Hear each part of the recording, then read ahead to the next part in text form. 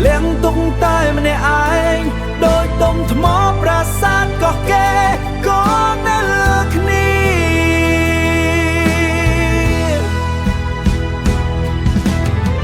ไงได้เนียงรีบกาชมชอเมื่อปีจมง่ายแบดงไปเชียบอมนายเชียมสระน้องตรุงสงัด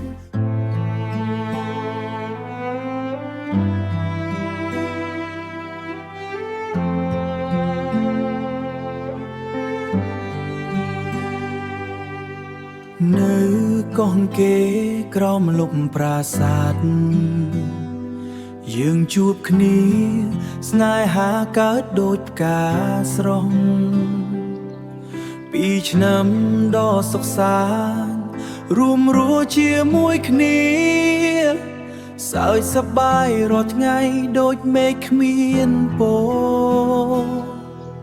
ស្រីស្អាតភូមិខ្ញុំភ្នែកនាងខ្ញុំឈឺចាប់ដៃខ្ញុំកាន់ដៃនាងសន្យាថានៅជាមួយគ្នាតែ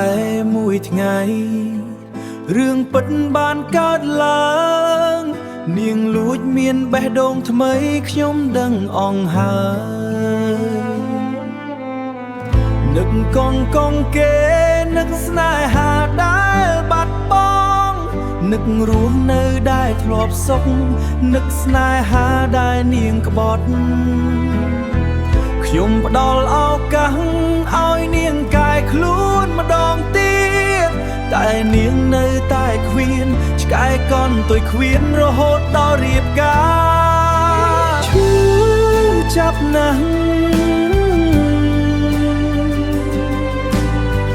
ប៉ុន្តែខ្ញុំជ្រើសរើសដើរចេញលៀងទុកតែម្នាក់ឯងដោយដុំថ្មប្រាសាទក៏គេក៏នៅលើគ្នា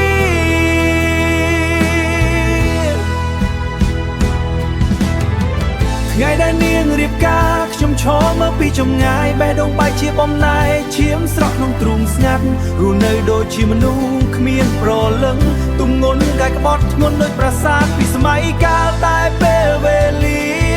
ជាឱសថដ៏ល្អបំផុតវាបន្សាទុកទាំងឡាយលេចចេញពីទ្រូងខ្ញុំឥឡូវខ្លាចជាមនុស្សថ្មីរឹងមាំដោយប្រាំងប្រាសាទដែលគ្មានអ្វីអាចបំផ្លាញបាននឹ